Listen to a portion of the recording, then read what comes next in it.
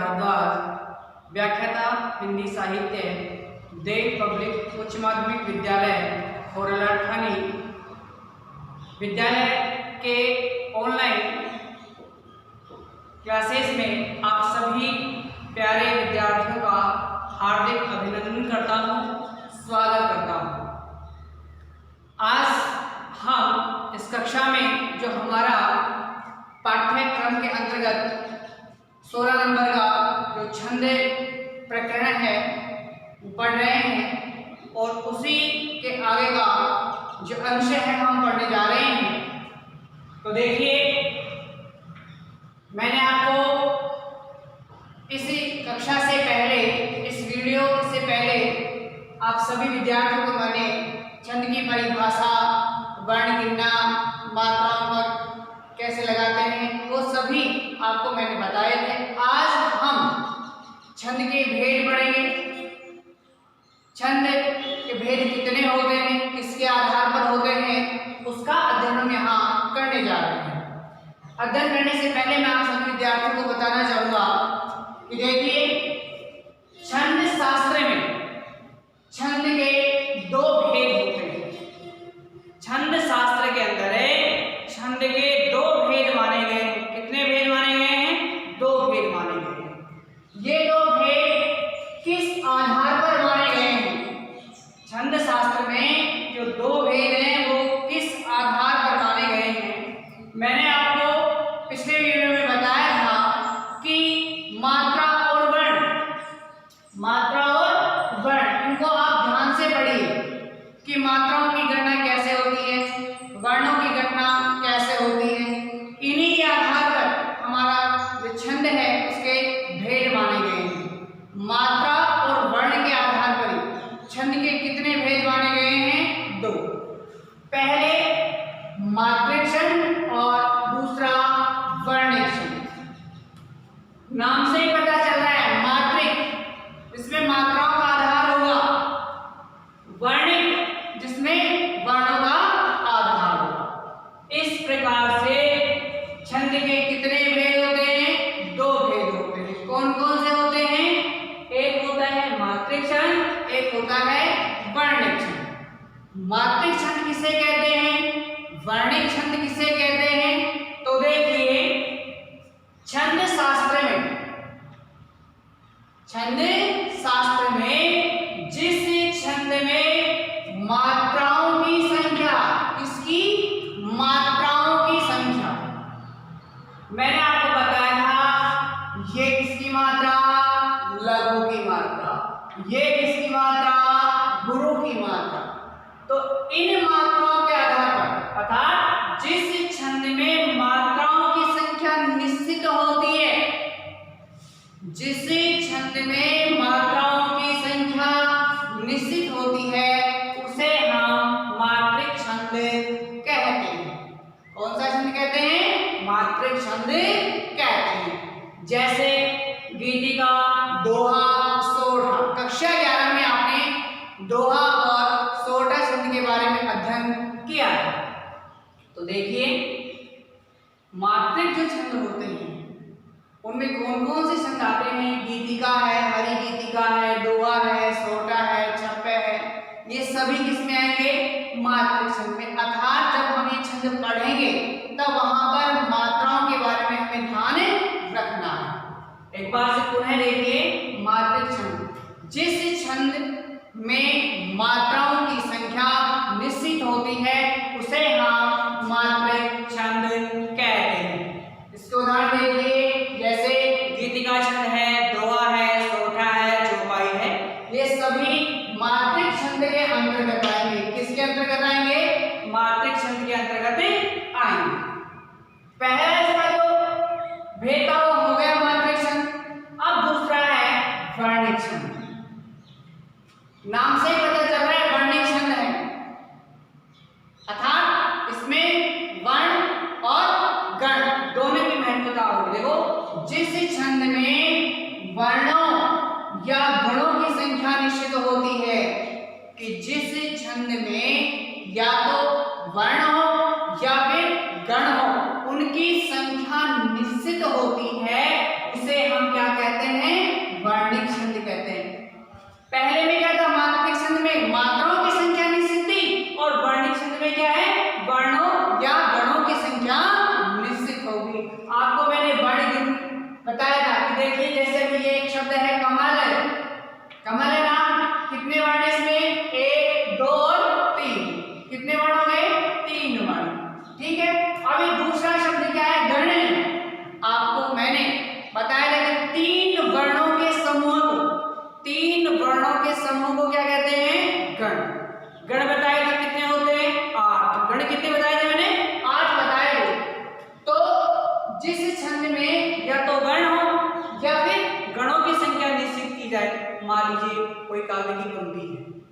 और उसमें प्रथम चरण में 5 नगण होंगे, 5 भगण होंगे, 3 नगण होंगे, 12 वर्ण होंगे।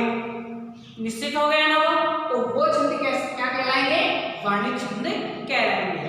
अर्थात जहां पर मात्राओं की संख्या निश्चित होगी वो मात्रिक छंद कहलाएंगे, और जहां पर वर्ण या गण की संख्या निश्चित होगी वो क्या कहलाएंगे? वर्णित छंद कहलाएंगे। ये हमारे दोनों भेद की जो परिभाषा है वो हो गई। इसके बाद छंदों के जो प्रकार के भेद हैं उसके अंदर, उसमें क्या होता है कि मात्रा की संख्या, वर्ण या संख्या, जो संख्या के आधार पर है ना, उसके 3 रूप बताए गए हैं। वो देखिए, एक को बोलते हैं सम, दूसरे को बोलते हैं विषम, और तीसरे को बोलते हैं अर्धसम। सम मात्रिक या वर्णिक छंद जिसके चरणों में समान मात्रिक या वर्ण गिने जाते हैं वो सम मात्रिक या वर्णिक छंद कहलाएंगे। जिनके विषम चरणों के अंदर जो वर्ण है और मात्राएं हैं वो विषम कहलाएंगे। और अर्धसम में क्या होगा कि जो 4 चरण हैं उन 4 चरणों में 2 में समान और 2 में समान, आधे चरणों में समान होंगे। तो ये 3 और आते हैं इसमें। तो ये छंद किस प्रकार से होगा? सममात्रिक है या समवर्णिक है, विषम मात्रिक है या विषम वर्णिक है, अर्ध सम मात्रिक है या अर्ध सम वर्णिक है। जिस प्रत्येक चरण में समान मात्राएं होंगी सम मात्रिक या वर्णिक छंद कहलाएगा। जिसके प्रत्येक चरण की जो पंक्तियां हैं उनमें विषम मात्राओं में समानता होगी वो विषम मात्रिक या वर्णिक छंद कहलाएंगे। जिनके प्रत्येक विषम चरणों में अर्धसम यानी कि प्रथम और तृतीय, ठीक है, द्वितीय और चतुर्थ चरणों के अंदर समानता होगी वो अर्धसम मात्रिक या वर्णिक छंद कहलाता है। ठीक है, मुख्य जो बिंदु था ना वो हमारे कक्षा 12 के पाठ्यक्रम के अंतर्गत ये था मात्रिक छंद और वर्णिक छंद। ठीक है, इन दोनों को में भी जो चरण में मात्राओं और वर्णों की जो संख्या के आधार पर इनके भी 3 हैं, सम, विषम और अर्धसम। ठीक है, और फिर एक बार और बताना चाहूंगा कि जहां मात्राओं की संख्या निश्चित होती है वो मात्रिक छंद होता है, तथा जिसमें वर्ण या गणों की संख्या निश्चित होती है वो वर्णिक छंद होता है। माध्यमिक शिक्षा बोर्ड अजमेर की ओर से हिंदी साहित्य के पाठ्यक्रम में जो छंद प्रकरण है उसमें 8 छंद दे रखे हैं आप लोगों के लिए। पहला है गीतिका, हरिगीतिका, छप्पय, कुंडलियां, द्रुत विलंबित, वंशस्थ, कवित और सवैया। 8 छंद आपके पाठ्यक्रम में शामिल किए गए हैं। इनमें ये 4 मात्रिक हैं और 4 वर्णिक छंद हैं। ये सारे छंद कितने नंबर के आएंगे? 16 नंबर के आएंगे आपको, ये ध्यान रखना है आपको। 1 नंबर की किसी की परिभाषा भी हो सकता है, गण किसे कहते हैं, छंद किसे कहते हैं, छंद के संगठक तत्व कौन कौन से होते हैं, चरण किसे कहते हैं, लय किसे कहते हैं, गति किसे कहते हैं। ठीक है, छंदों के कितने भेद होते हैं, मात्रिक छंद किसे कहते हैं, वर्णिक छंद किसे कहते हैं। इस प्रकार का 1 या 2 नंबर का आपको प्रश्न भी पूछा जा सकता है। उसके उपरांत बाद में जो आपके 8 छंद हैं इनमें से छंदों का वर्गीकरण आपको दे देंगे, लक्षण पूछेंगे, उदाहरण पूछेंगे। ठीक है, तो देखिए गीतिका, हरिगीतिका, छप्पय और कुंडलियां, ये चारों छंद कौन से हैं? मात्रिक हैं। कौन से हैं? मात्रिक। और द्रुत विलंबित, वंशस्थ और कवित, सवैया, ये कैसे हैं? वर्णिक छंद हैं। कैसे छंद हैं? वर्णिक छंद हैं। मात्रिक छंद हम प्रारंभ करेंगे। कौन सा छंद प्रारंभ करने जा रहे हैं हम? मात्रिक छंद हम पढ़ने के लिए जा रहे हैं। उससे पहले मैं आपको पुनः फिर से बता देता हूं कि छंद के 2 भेद होते हैं, मात्रिक और वर्णिक। जिस छंद में मात्राओं की संख्या निश्चित होती कहते हैं तथा जिस छंद में वर्ण या गणों की संख्या निश्चित होती है उसे हम वर्ण छंद कहते हैं। ठीक है, दोनों की परिभाषाएं यहाँ लिखी हुई है। इसके अलावा आपके पाठ्यक्रम में जो हमें छंद पढ़ने हैं वो 8 छंद हैं। कितने हैं? 8 छंद हैं। गीतिका है, हरिगीतिका है, छप्पा है और कुंदरिया।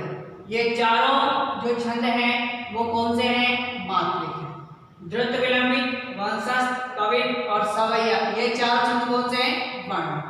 अब आज हम हमारा जो पहला छंद है मात्रिक छंद के अंतर्गत गीतिका छंद पढ़ेंगे। कौन सा पढ़ेंगे? गीतिका छंद।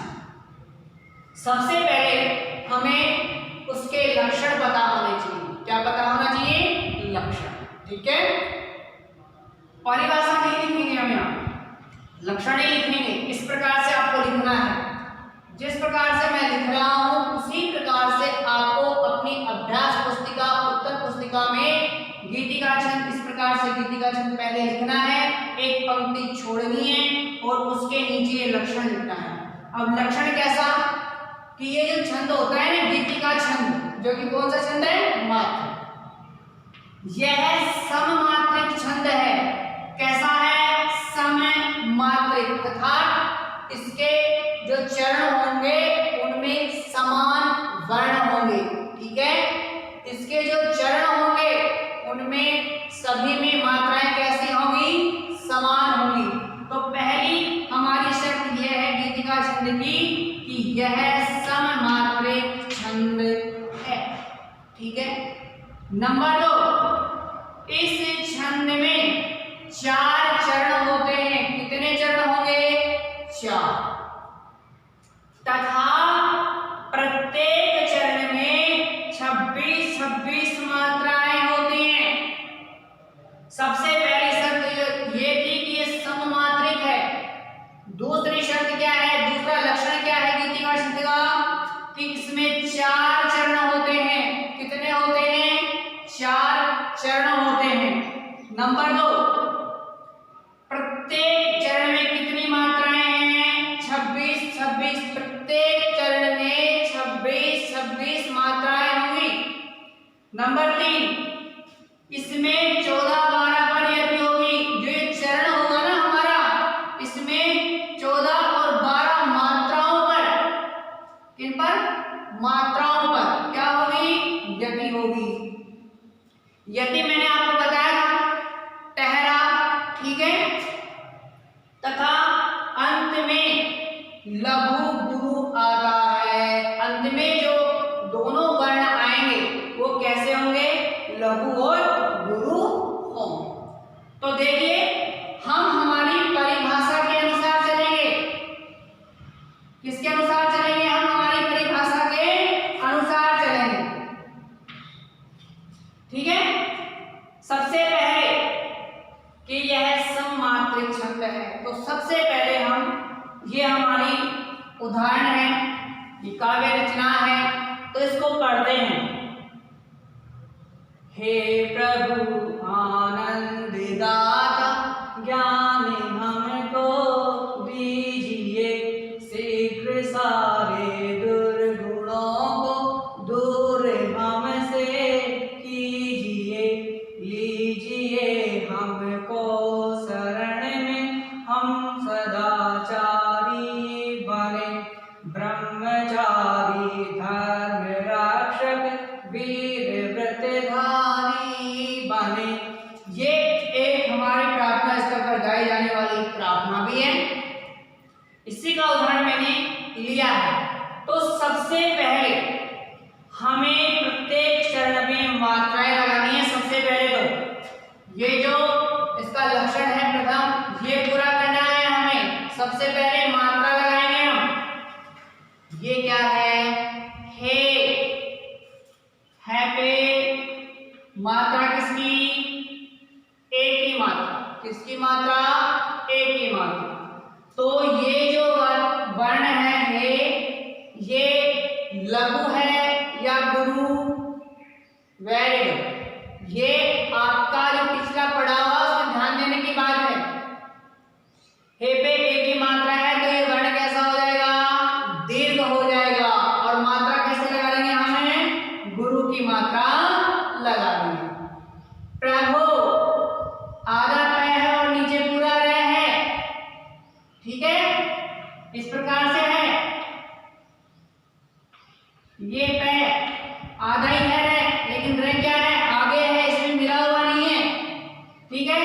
इस पे कैसा लघु की मात्रा, प्रभु ओ की मात्रा, वर्ण कैसा हो गया गुरु हो गया। आ गया कौन सा दीर्घ मात्रा किसकी गुरु की, न, वेरी गुड। अब ये देखो न आ गया ना, लेकिन है क्या ये लघु है, लेकिन इसके इधर आधा न है, तो ये न इसमें आकर मिलेगा तो इस लघु न को क्या कर देगा दीर्घ कर देगा, और जो प्रतीक चिन्ह है हमारा वो किसकी मात्रा लग जाएगी गुरु की लग जाएगी। द ये दा आ की मात्रा गुरु, ता गुरु की मात्रा, क्या आ की मात्रा, ठीक है गुरु की मात्रा, न लघु है तो लघु की मात्रा है लघु, मैं लघु, को ओ की मात्रा, किसकी मात्रा आ गई ओ की मात्रा आ गई इस पे, इसलिए यहाँ पर किसकी मात्रा लगाएंगे हमें गुरु की मात्रा। दीजिए द में बड़ी ही है, ज में छोटी ही है, और ए, यहाँ इस ए में कभी भी आप भ्रमित मत हो जाना कि ये तो रिक्त स्वर है, नहीं ये तो कौन सा है दीर्घ ही है, हिसाब इसकी भी एक मात्रा ही तो है, ये तो नहीं। आपको ये ध्यान रखना है, अधिकांशतः बच्चे मेरा ये अनुभव है कि यहीं पर भ्रमित होते हैं बच्चे। यहाँ अगर वो क्या करते हैं ये ए है एक आई होता है लगा दो लघु की मात्रा, नहीं ये क्या आएगा गुरु आएगा, मात्रा हमने लगा दी। अब एक बार हम मात्राओं को गिनने का प्रयास करते हैं, इसकी कितनी मात्रा मानते हैं हमें दो, और इसकी एक, दो और एक तीन, चार पाँच छः सात आठ नौ 10 11 12 13 14, ठीक 15 16 17 18 19 20 21 22 23 24 25 और 26। इस प्रथम चरण में कितनी मात्राएं हो गई 26 मात्राएं हो गई, कितनी हो गई 26 मात्राएं हो गई, कितनी 26। हमारी इसमें क्या है इस छंद में 4 चरण होंगे तथा प्रत्येक चरण में कितनी मात्रा 26, तो हमारे प्रथम चरण का ना कितनी मात्राएं हो गई इसमें 26, ठीक है। दूसरी बात इसमें 14 12 पर यदि होती है, यदि ठहरा थोड़ा सा हे प्रभु आनंद दाता, रुक रहे हैं ना, लेकिन हमें तो इसका जो लक्षण है कि 14 12 पर यदि हे 2 3 4 5 6 7 8 9 10 11 12 13 और 14 हो रही है, यहाँ पर यदि ठहरा हो रहा है, कोई बीच में थोड़ी आ रहा है कि आनंद दाता के बीच में आ रहा है, नहीं आ रहा है ना। फिर 12, फिर 12 पर यदि होगी 2 3 4 5 6 7 8 9 10 11 और 12, ये कितने हो गए 14, ये कितने हो गए 12, 14 12 कितने हो गए 26, 26 मात्राएं हो गई। यदि कहां पर हो रही है 14 मात्राओं पर, फिर कहां पर हो रही है 12 मात्राओं पर, प्रत्येक चरण में 14 मात्रा और 12 मात्राओं पर यदि होती है, ठीक है। फिर नंबर 4 क्वेश्चन में क्या है कि अंत में लघु गुरु हो, चरण का जो अंत हो उसमें क्या हो लघु गुरु हो, तो अंत में ये दोनों वर्ण देखिए जी और ए, छोटी जी है मात्रा कौन सी है लघु की, ए है गुरु की मात्रा है, तो अंत में क्या है दोनों पे ये देखिए लघु और गुरु, लघु और गुरु, ठीक है।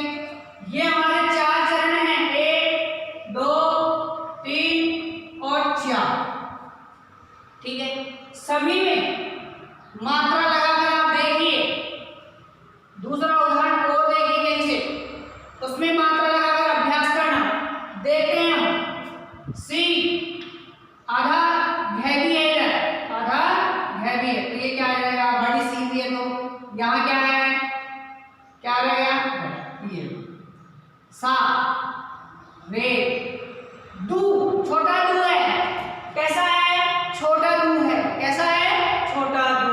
लेकिन ये रे किसमें आके मिलेगा, इसमें आके मिलेगा, तो यहाँ क्या हो जाएगा गे लघु हो जाएगा, नो गुरु हो जाएगा, को है दूर बड़ा हुआ है, वह कैसा है लघु है, हमसे ये कीजिए, हो गए देख लिया आपने, गिन लो 2 3 4 5 6 7 8 9 10 11 12 13 और 14, 14 पर ये हो रही है नहीं हो रही, शीघ्र सारे दुर्गुणों को, रुक रहे हैं थोड़ा सा, शीघ्र सारे दुर्गुणों को दूर हमसे कीजिए, 2 3 4 5 6 7 8 9 10 11 12 13 14, 1 2 3 4 5 6 7 8 9 10 11 12, कितनी हो गई 26 मात्रा। तो हमारी जो प्रथम लक्षण था कि सम्मात्रिक है, ये 4 चरण हैं, चारों चरणों में 26 मात्राएं होंगी, ठीक है। अब आपको मैं इसमें ये जो धर्म रक्षक ये शब्द आ रहे हैं, आप धार्मिक रक्षक ये समझाना चाहूंगा थोड़ा सा। ध है आधा ध है, ध कैसे हो जाएगा गुरु हो जाएगा, मैं कैसा हो जाएगा लघु। अब ये ध है, ध ये क्या होगा बताइए, रक्षक धर्म रक्षक, थोड़ा सा ध्यान रखिए कि ध कैसा होगा, देखिए है तो कैसा ये है लघु है, कैसा है लघु है, लेकिन ये क्या है श, श मैंने बताया था कि संयुक्त व्यंजन, संयुक्त शब्द संयुक्त व्यंजन जहां आ रहे हैं, तो इसे श में आधा क्या है क है, वो आगे कहां मिलेगा व में, तो इसको क्या कर देगा दीर्घ कर देगा, गुरु हो जाएगा, यहाँ क्या आएगा श। इस प्रकार से मात्रा लगानी है आपको, मात्रा लगा के वर्णों को गिन के, मात्राओं को गिनकर, यति को गिनकर, फिर आप देखिए सारे हमारे जो चारों चरण हैं ये सारे बराबर हो जाए। देखिए हमारी मात्रिक छंद जो गीतिका छंद है, इसमें ये लक्षण है, आपको अभ्यास पुस्तिका में सबसे पहले ये लक्षण लिखने हैं, उसके बाद 2 पंक्तियां छोड़नी है और फिर ये उदाहरण लिखना है, और उदाहरण इस प्रकार से लिखना है कि सबसे पहले हमने ये पंक्ति लिख ली, हे प्रभु आनंद का ज्ञान हमको दीजिए, उसके नीचे एक पंक्ति छोड़िए क्योंकि हमें मात्रा लगानी है, इसलिए शीघ्र सारे दुर्गुण, ये दूसरी, फिर इस प्रकार से ताकि हमारी मात्राएं सारी मात्राएं हमारी आ जाए, सारी मात्राएं हमारी आ जाए, 2 3 4 5 6 7 8 9 10 11 12 13 14, ठीक है, ये सारी मात्राएं आपके यहाँ आ रही हैं, सारी मात्राएं मतलब 26 मात्राओं का आपको ध्यान हो रहा है, यदि भी यथा स्थान पर हो रही है, किसी भी प्रकार की कोई समस्या हो तो बता देना मेरे को, आपको मैंने बता दिया। आज से हमारे छंद प्रारंभ हो चुके हैं, जो मुख्य छंद है हमारे, ठीक है। आज हमने जो मात्रिक छंद का पहला जो छंद है गीतिका छंद, वो हमने पढ़ लिया है, ये इसके लक्षण हैं, आपको लक्षण याद करने हैं और ये उदाहरण याद करना है। परीक्षा में सीधी प्रश्न भी आ जाता है, सीधा प्रश्न भी आ जाता है कि गीतिका छंद के लक्षण लिखते हुए उदाहरण लिखिए, सीधा प्रश्न भी आ जाए, या फिर आपको उदाहरण देके इसके लक्षण पूछ ले, ये काव्य की जो पंक्तियां दे दे कि प्रस्तुत काव्य की पंक्तियों में कौन सा छंद है उसके लक्षण लिखिए। इस प्रकार से आपको सबसे पहले आपको ये लक्षण याद करने हैं और उसके बाद एक उदाहरण याद करना है, ठीक है। शुरू से ही हमारे छंद किसे कहते हैं, छंद के संगठक तत्व कौन कौन से होते हैं, ठीक है, गण किसे कहते हैं, चरण किसे कहते हैं, यति किसे कहते हैं, ये सब आपको याद करते हैं। छंद के कितने भेद होते हैं, 2 भेद होते हैं, मात्रिक और वर्णिक, ठीक है। और फिर आपके जो पाठ्यक्रम में अंतर्गत शामिल किए गए हैं छंद। 4 मात्रिक हैं, जो 4 वर्णिक हैं। तो हमने सबसे पहले मात्रिक छंद ले लिया। पहला कौन सा ले लिया हमने? गीतिका छंद। ठीक है, फिर भी किसी भी विद्यार्थी को कोई दिक्कत हो तो मैं आपको पहले भी बता चुका हूँ कि आप मेरे व्यक्तिगत जो फोन नंबर है उस पर बातचीत करके मेरे को बता देना, मैं आपको ये समझा दूंगा। आज की कक्षा के लिए इतना ही, धन्यवाद।